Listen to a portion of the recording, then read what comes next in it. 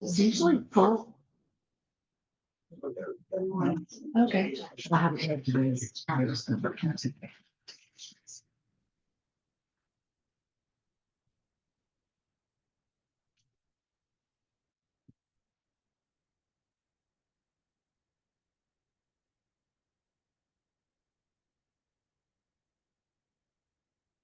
Listen, listen. The sound of the bell brings me back to my true home.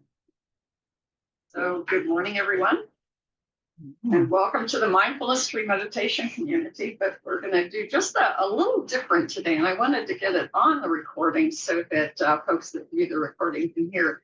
I want to thank those who came to the retreat, and we had 28 people at the retreat, which was really great.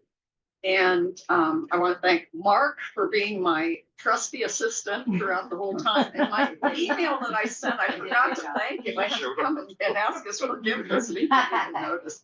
But then Lori and Jeremy, thank you for personing the registration table.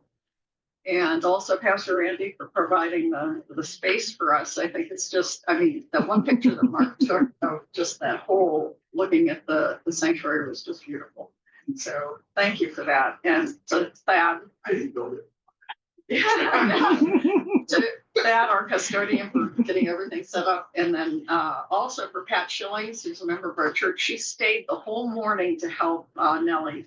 And Nalita Sanchez made our lunch, which was really wonderful. So what I'd like to do is just open it up to the people that actually attended to maybe say a few words about what it was like, so the folks that weren't able to come have a chance to experience it vicariously. So I'll start with the folks online. So we have Deb. Deb attended online.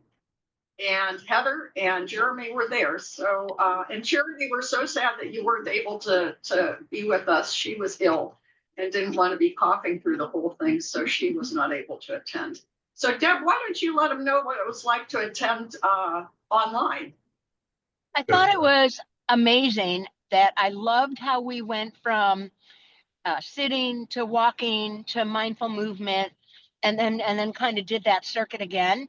I was home, so I was nice and comfy in a pair of sweats and stocking feet, and walking around my basement.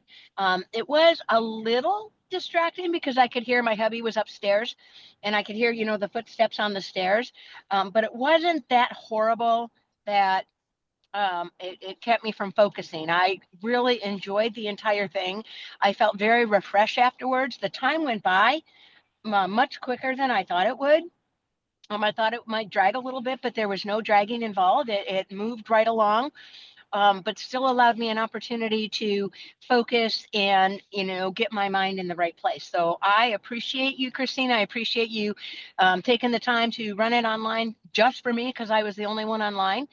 And I would definitely do it again. Thank you, Deb. Deb made a really good, because she was my partner for the dyad talking.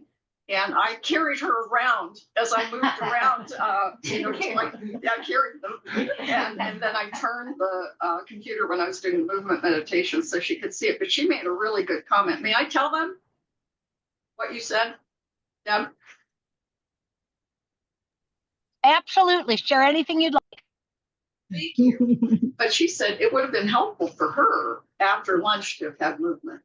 Oh. And I said, yeah, that would have been really good. So, but it was really nice because on Zoom, there's a button at the top that says turn off for musician, and you put turn on for musician, and then you can hear the bell. And since I sit here, I'm not able to do that, but you probably could with the mouse. But so it took me a little bit of time because I realized, whoops, I haven't turned it on for her. And so when I did turn it on, I got a good thumbs up from her that she could hear the bell, because my Wednesday group, I can always do the bell. So Jeremy, how about you? If you wouldn't mind sharing. Yeah, no, I thought it was a great opportunity. What I liked is that, we kind of cycled through seated, walking, and movement meditation. And so that was nice, like second time around on the seated meditation, like, well, what I wish I would have done the first time was, or whatever. So it kind of gives you an opportunity to re-experience, kind of refine, and like, or what if I did it this way this time, or something. So I kind of liked having the opportunity to experiment with the different ways, like this time I'm just going to focus on my feet, or this time I'm just going to focus on my breath when I'm walking. So I like that. And also because I'm sure I was like other people, like 9 to 2. How am I going to maintain a kind of meditative state for that long? And so having those different meditative activities did help break it up and make it more manageable. So that, hopefully I will be able to do a 5 hour seated meditation someday, or maybe not walking meditation for 5 hours, because who knows where I'd end up. But anyway, I thought it was great. So thanks. Thanks, Jeremy. Heather. I thought it was wonderful. I was like Jeremy. I didn't expect myself to be able to sit there and meditate or even walking meditate for 5 hours, and the different ways we did it cycled through. But I found that the whole thing built from the beginning to a crescendo that was released by the writing after lunch. And that was really helpful to me. I can't wait to read the letter that I wrote to myself. I'm really looking forward to that. And yeah, I enjoyed it very much. Thank you, Heather.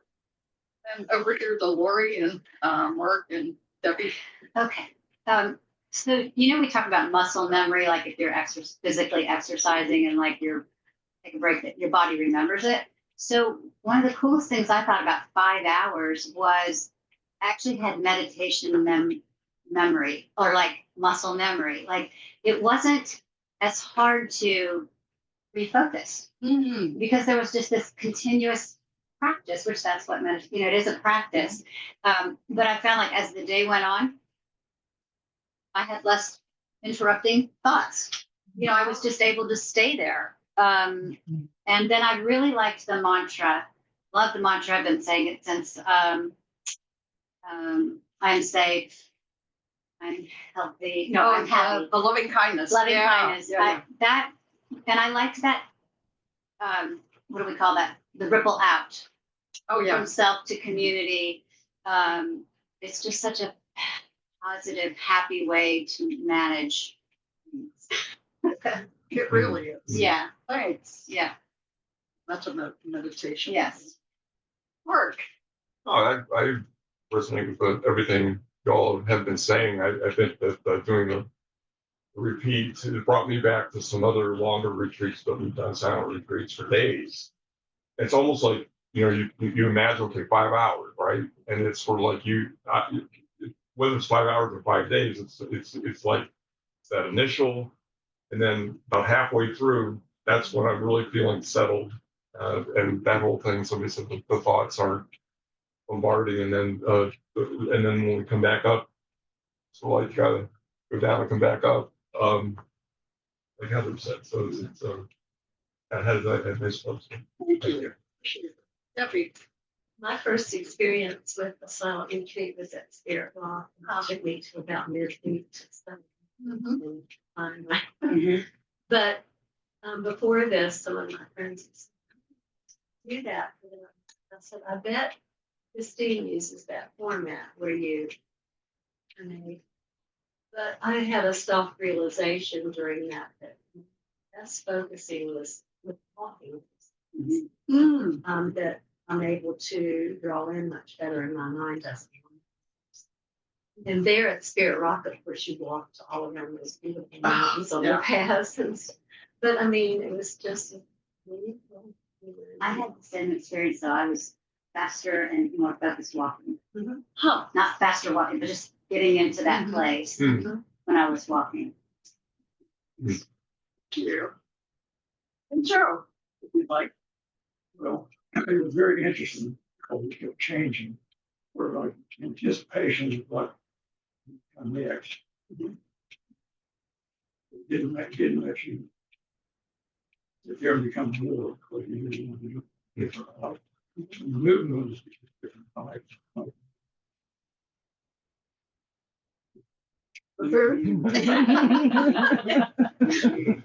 Yeah, all. Thanks. I'm glad you came. Randy.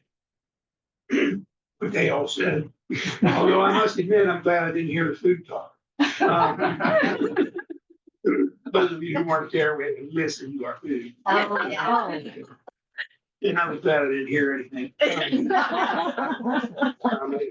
Kate felt differently about it. It was good, yeah. Yeah, it was just like one of our Tuesday morning was scary. I've been to other sound retreats as well, but not mindfulness meditation.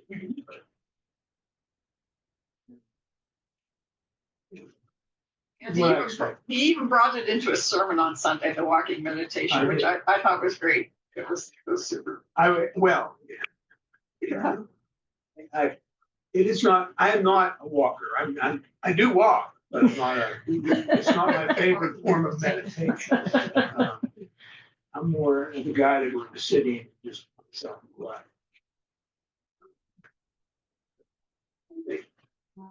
I walked around the sanctuary for the first time because I usually stay up here. So that was a little bit difficult. I still don't like walking. But it was Don't like mine. it was like looking at it from a different angle. Yeah.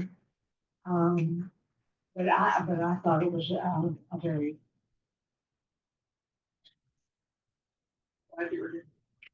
Laura. Well, as what almost everyone else has said, I mean, I thought it was a really lovely flow of mixing the sitting with the walking and the exercise. And I was, like everyone else, wondering how am I going to find 5 hours? And I thought all of it was really masterful.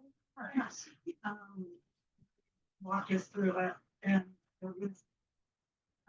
I would say I felt like I did the best with the walking meditation, and felt like I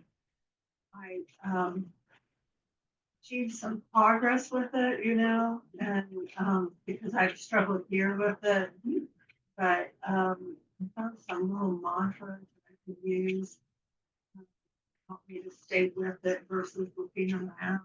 I came up here actually. It's not here. And okay, Randy. It's okay. Actually, I thought several people should come up here because I noticed one of the things I did want to say, and I want to apologize while you're there. A lot of people seemed really cold. Yes. They were on. Yeah. With those shawls, I told Mark to take them up. Spoke again. But He broke the rule. yeah, the heat controls are in the base, and by the time I realized how cool it was in the sanctuary, it was too late to turn them up because you would have been. Yeah. They would have been warmed by that night. Yeah. By the time we had, so I kind of felt bad about it. But I was not cold, which I'm usually cold. So I was surprised. I just noticed a lot of people putting coats on. Yeah. I think the sitting tends to do that. Did you? It was good. Yeah.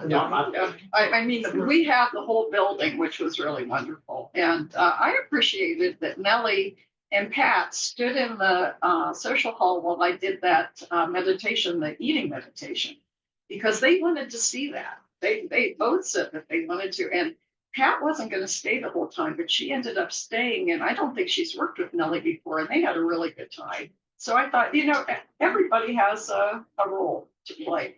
So I'll just say one thing before we go into our morning meditation. And I hope you don't mind that we took this time, because then we'll be doing walking. We won't have a lot of time for discussion today other than that. But I thought for those that didn't get to go, it's sort of a nice way of hearing about how it went. And But wanted to just make a comment for myself, from my experience, that I've been doing this for, how many years have I been doing this for a long time? And when I first started doing walking meditation, I was still working. And, those challenges you have at work with people and stuff. I found when I did walking meditation, when it was on a retreat like this, I would go through a ruminating, and it would be like up and down, and thinking, this is what I'm going to say to that person. And, I mean, I would get really agitated during walking meditation. And I remember at Southern Dharma that I would start singing hymns in my mind. And then I said that to the teacher, and we had the one-on-one, because really don't want to do that. Distracting. And it was like, oh, okay. Because, I'm thinking as the pastor, I'm making it up as I go. And he sort of, yes, and I would write a book. That would be, I'm going to write this book. And I would have all the chapters figured out. And by the time the retreat was over, I couldn't remember anything. And I said, that's not a real good use of my time. And it's taken me probably a good 10 years to be able to focus differently. Maybe it's because I'm not working full time anymore. And we get along so well, so I have nothing to be upset about. So, I grew up in First Presby in that giant church. Oh, And yeah. that is such a sweet, sacred space. this one? It Yeah, really, and with the lights coming Yeah. through one day with the reds and yeah, and thanks for Yeah. sharing your space. yeah. Space. Jesus' space. I just work. Oh, yeah. Well, thank you for everybody for your sharing, because I think that once you've gone to one, there's something that when you're on a longer retreat, you probably experience this, Debbie, that as you're making the transition to go back to regular life, which is still mindful time, that the teacher will often say, you're going to have so much that you want to share because you've been in silence all this time, 5 to 7 days. And just be aware that when your loved ones say, how did it go? Sort of judge how they're reacting to you talking about it. And we've had that where I said, have you had enough? Which is Take a break. because when you have that experience and you haven't been talking, it's sort of like, I want to be able to share this. So it's, may I share, if someone says, how's it going? Or how did it go? Judge by the look on their face, whether you're sort of sharing. So, like Mark will say in a paragraph or less. Yeah. So, It's yes. gonna be like awesome. We had all these ups and downs. Mhm. Yeah. Only during the walking, or was it during the sitting, or all? Only for me only during the walking. During movement meditation, didn't have it. And sitting meditation, I didn't have it. It was only walking. It was like I was left alone with my mind. And yeah, that was scary. And pretty dramatic. And I think that meditation really helped me to get through my latter years of working. And using the loving kindness, especially with people that were difficult, I would spend a lot of time with that. So thanks for asking. Yeah, it changed. But then I would notice that each walking would be different. And that would be where it would be like one was real agitated, then, oh, okay, I'm calming down. And then the next one would be, it was unpredictable. And like we had said last week about there's no good or bad meditations, it's effective. And I saw what was effective as I learned how to do the walking meditation. I'm still working on it because I have to admit, at the retreat, I was thinking about the movement meditation and making sure I had the sequence. I used that time. And that way I used it, I admit. And so one of the things that came to me at the end, evaluation, is that we have yoga teachers that come to the retreats, and I'm going to enlist somebody to do the movement meditation for me. So then I get a little break. Well, and it's, I mean, I technically am a yoga teacher, but I don't teach. Yeah, I don't. I just did it because I wanted the growth.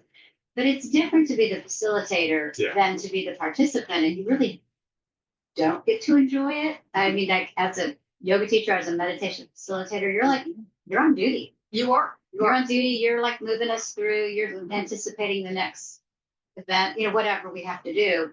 And so, yeah, Yeah. you're like, I noticed you walking. I didn't wonder what you were thinking about, but it's just natural. Yeah. That you're on duty.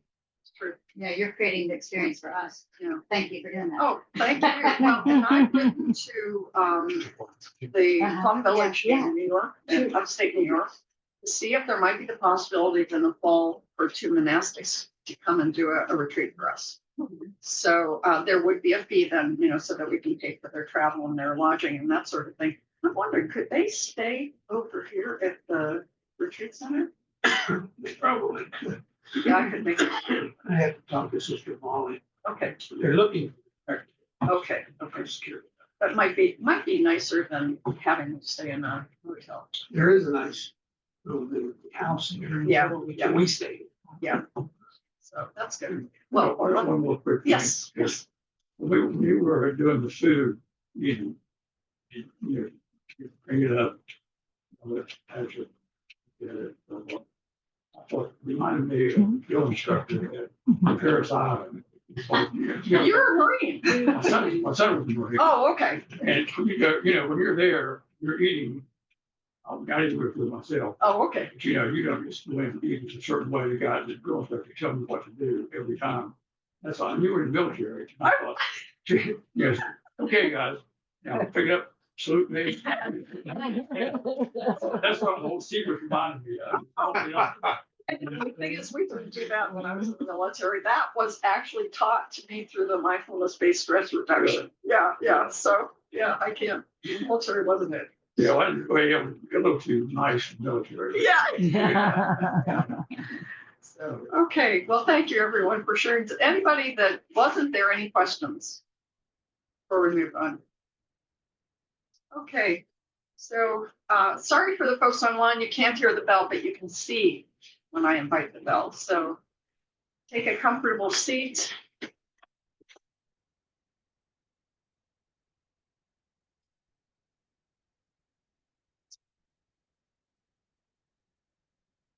Listen, listen. Sound of the bell brings me back to my true self.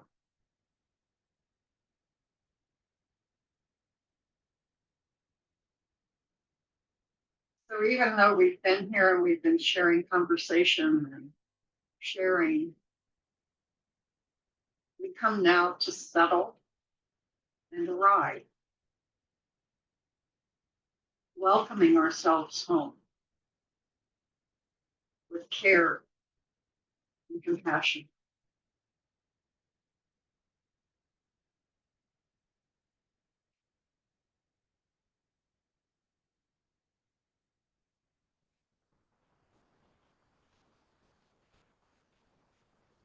Noticing our posture, aligning the spine from bottom to top as we align our mind to the present moment.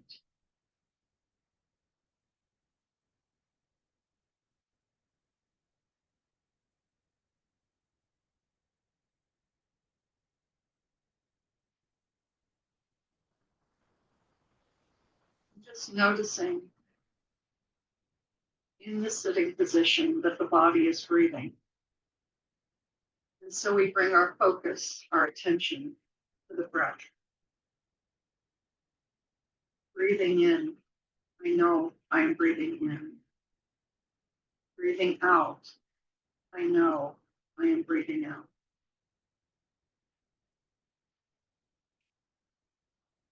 Just allow yourself to follow the breath for the next few minutes, recognizing it is an anchor. It's a helpful way of slowing down mental activity. If you make it through one inhale and one exhale, that's an accomplishment. Congratulations.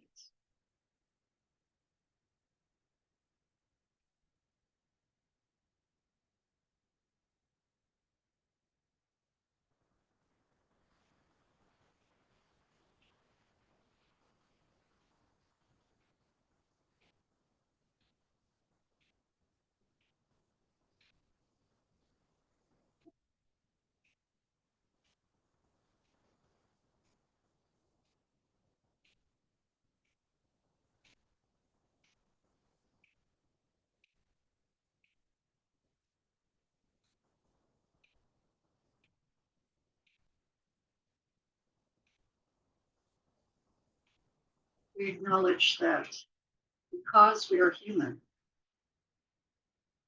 we experience pain and suffering. First noble truth.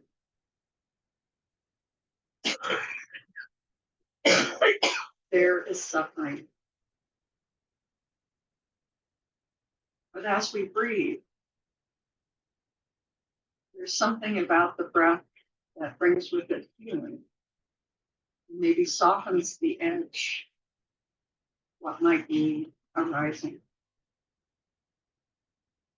So with the breath, welcome whatever arises today.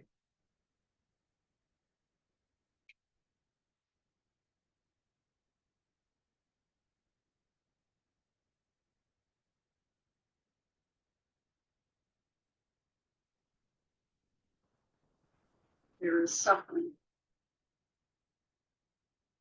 Suffering as suffering. There's things that happen that we cannot control. As the Buddha saw the visitors when he left the palace, there is aging, there is illness, and there is even death.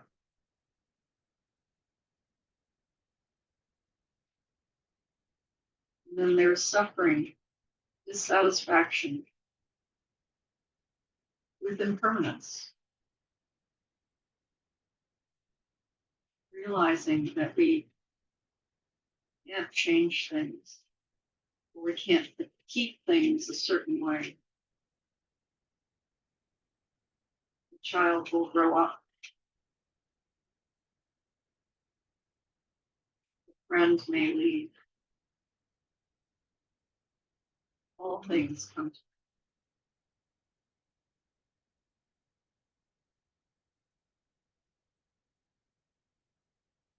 Then there is the all-pervasive suffering we experience ourselves, as well as when we look to this world, where there are no boundaries between people.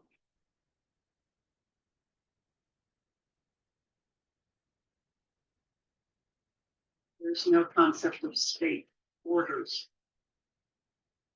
when we look at one another through interbeing.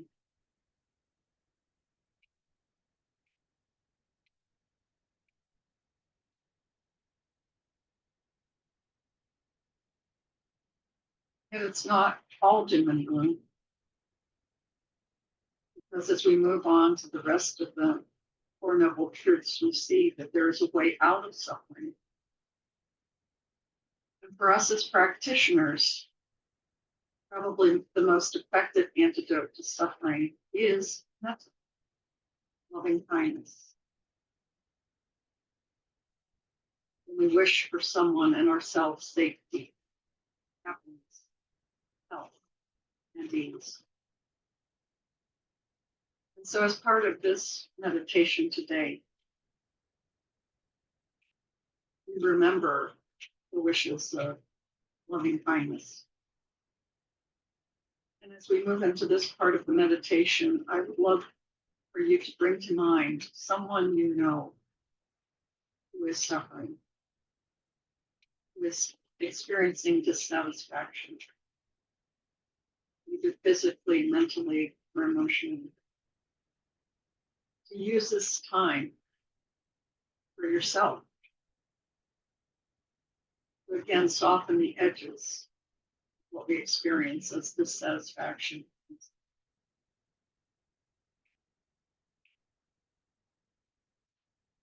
So we begin with ourselves. If you wish to place your hand upon your heart, just to remember if you bring this kindness and this love and compassion to yourself. Use the words, may I be safe. May I be happy. May I be healthy. May I live.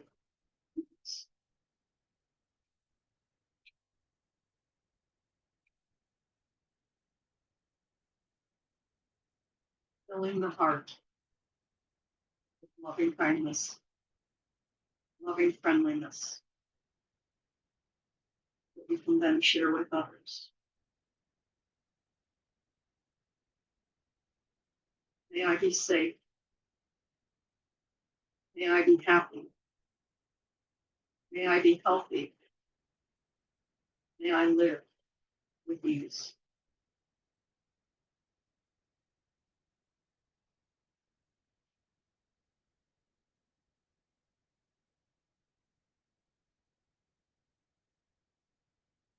Now bring to mind the person or being that you've identified as experiencing dissatisfaction or suffering. And I invite you to extend the same words to them. And if it happens to be yourself, again, bring it to yourself. Just bring the image of this person to mind.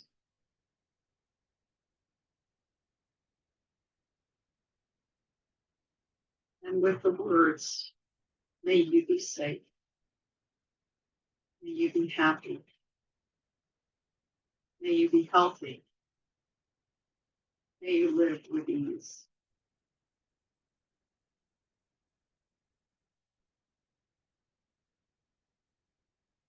May not take away the pain or the suffering, but it helps to know that they are being supported, or you are being supported.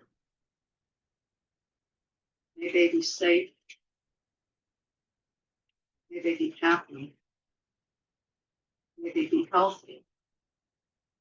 May they live with ease.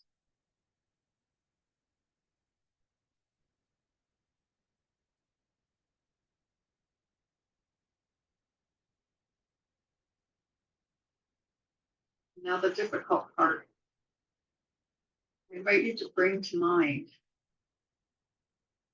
a person or a group of people who maybe have created suffering and dissatisfaction for others.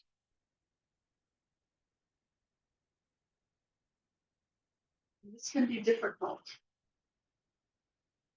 but those who harm often are afraid. And in their fear and in their delusion, they often do not realize that they hurt and harm.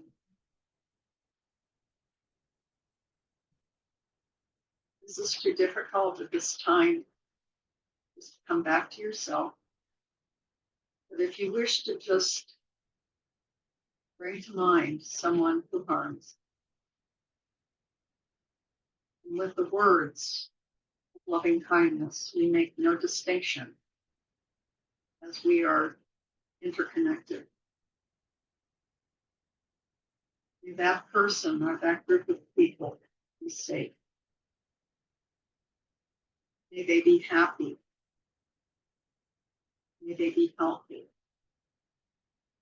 May they live with ease. Notice as you meditate on those words, notice if there's any tension that has come to your body or your nerves. And I invite you to take 3 breaths as a way of easing.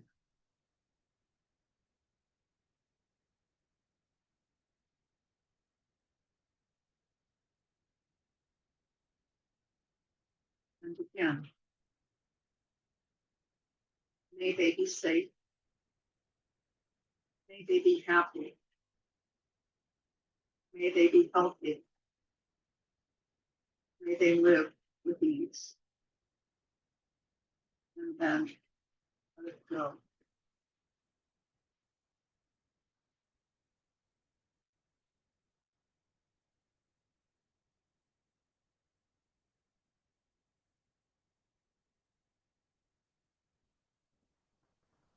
And now bring to mind our world, people, animals, plants, all are interconnected, are part of interbeing. And we can hold our world in loving kindness with the words, may all be safe. May all be happy. May all be healthy. May all live with ease. And expanding from your heart, all. May you be happy. May you be healthy. May you be safe. May you live with ease.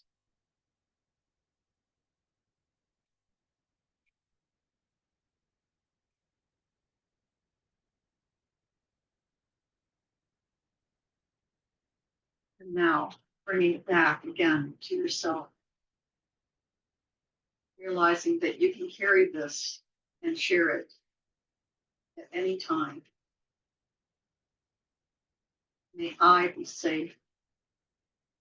May I be healthy. May I be happy. May I live with ease.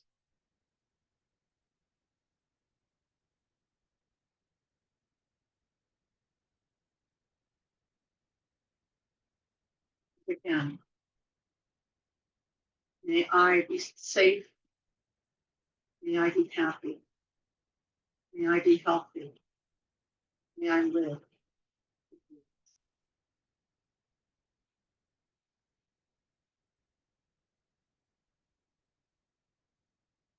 Now, as we come to the end of this formal sitting, I'd like to share with you a poem, which is really a blessing, by John O'Donohue. He writes, "May you be blessed in the holy names of those who, without knowing it, help to carry and lighten your pain. May you know serenity when you are called to enter the house of suffering. May a window of light always surprise you. May you be granted the wisdom to avoid false resistance. When suffering knocks on the door of your life, may you glimpse its eventual gifts. May you be able to receive the fruits of suffering. May memory bless and protect you with the hard-earned light of past travail, to remind you that you have survived before, and though the darkness is deep, you will soon see the approaching light. May the grace of time heal your wounds.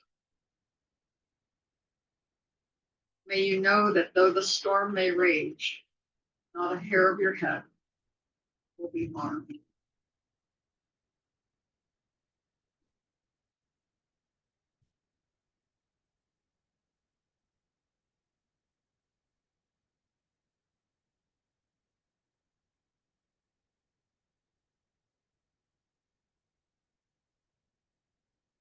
Thank you for your practice. And we now adjourn to the sanctuary. And did you want to go to the sanctuary? Stay here. Okay. And we will go into walking meditation as we have done in the past, and just see how you experience it, and perhaps even use the words of Metta, maybe keeping in mind somebody that you want to extend that loving kindness to, or even just yourself.